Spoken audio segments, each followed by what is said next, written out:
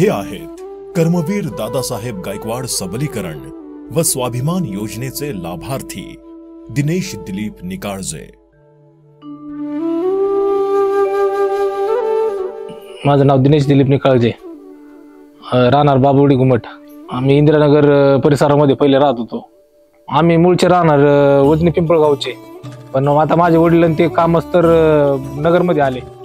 नगरमध्ये आल्यानंतर मग इकडे तिकडे काम बघून आम्ही भाड्याने राहायचो। मग काम बघून मग तिथं छोटंसं घर होतं आमचं। मग तिथून मी पण स्वतः कामाला जायचो। मग कामाला जाता तिथून मग लोकांनी बाबा सांगितलं आपल्याला की बाबा सबलीकरण योजनेअंतर्गत जमीन मिळते, त्याच्यामध्ये तुम्ही प्रकरण टाका एकदा।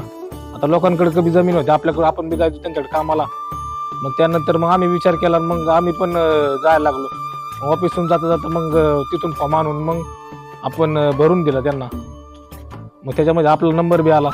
राज्यातील अनुसूचित जाती व नवबौद्ध प्रवर्गातील भूमिहीन शेत मजुरांसाठी कर्मवीर दादासाहेब गायकवाड सबलीकरण व स्वाभिमान योजना राबविण्यात येत आहे। या योजनेअंतर्गत शासनाकडून जमीन खरेदी करून ती भूमिहीन अनुसूचित जाती प्रवर्गातील कुटुंबांच्या पती पत्नीच्या नावे केली जाते। त्यातून या व्यक्तींना रोजगाराची संधी उपलब्ध करण्यात येत आहे।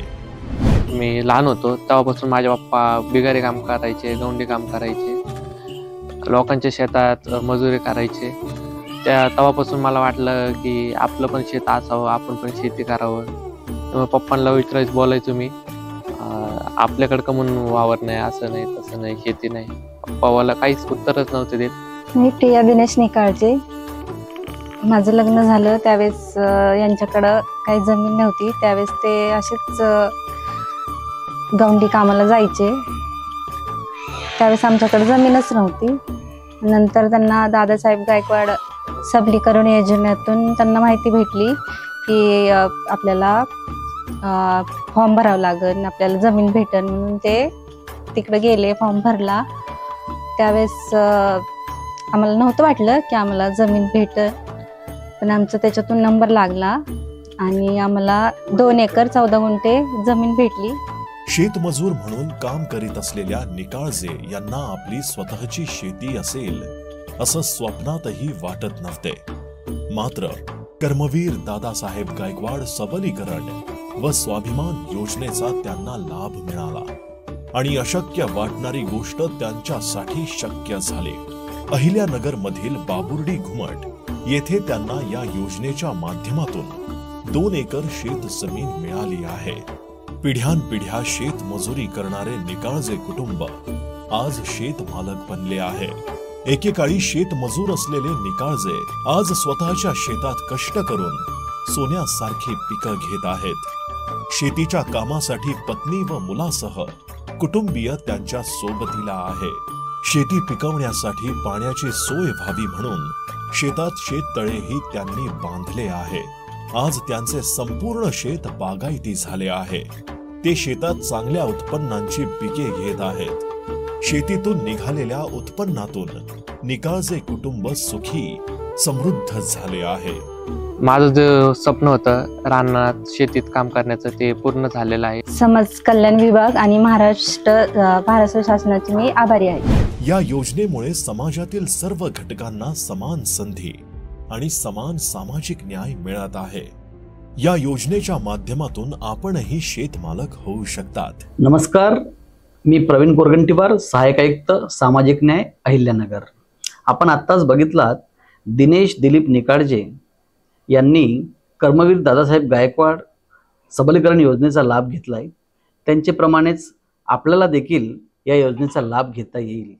या योजनेकरिता आपल्याला संपर्क साधावा लागेल सहाय्यक आयुक्त सामाजिक न्याय अहिल्यानगर या कार्यालयास। याच्या अटी शर्ती म्हणजे आपण भूमिहीन असावेत आणि आपलं दारिद्र्य रेषेखालील शासनाने जी जाहीर केलेली यादी आहे 2002 ते 2007 ची, त्यामध्ये आपलं नाव नोंदलेलं असावं। या योजनेचा जो लाभ आहे, ही जर जमीन आपल्याला बागायती जमीन असेल तर 2 एकर जमीन मिळेल आणि जिरायती किंवा कोरडवाहू असेल तर 4 एकर जमीन आपल्याला मिळेल। ही 100% अनुदानावरची योजना आहे। ज्या विधवा परित्यक्त आहेत किंवा ॲट्रॉसिटी ग्रस्त आहेत, पीडित आहेत, त्यांना प्रथम प्राधान्य दिलं जाईल। ज्या गावातील जमीन आहे त्या गावातील लाभार्थ्यास प्रथम लाभ दिला जाईल. त्या गावात लाभार्थी नसल्यास जवळच्या लाभार्थ्यास लाभ दिला जाईल. अशा प्रकारे सदर योजनेचा लाभ मिळण्याकरिता आपण भूमिहीन असणे आवश्यक आहे. आपण अनुसूचित जाती व नवबौद्ध घटकातील असावेत. महाराष्ट्र शासनाने 2002 ते 2007 या कालावधीत प्रसिद्ध केलेल्या दारिद्र्य रेषेखालील यादीमध्ये आपला नाव समाविष्ट असणे आवश्यक आहे. या योजनेचा लाभ घेऊन आपणही भूमिधारक होऊ शकता आणि आपले जीवनमान उंचावू शकता. कोणतीही अडचण आल्यास आमच्या कार्यालयास म्हणजे सहाय्यक आयुक्त सामाजिक न्याय अहिल्यानगर या कार्यालयास कृपया संपर्क साधावा. आपणास याबाबतची पूर्ण मदत केली जाईल.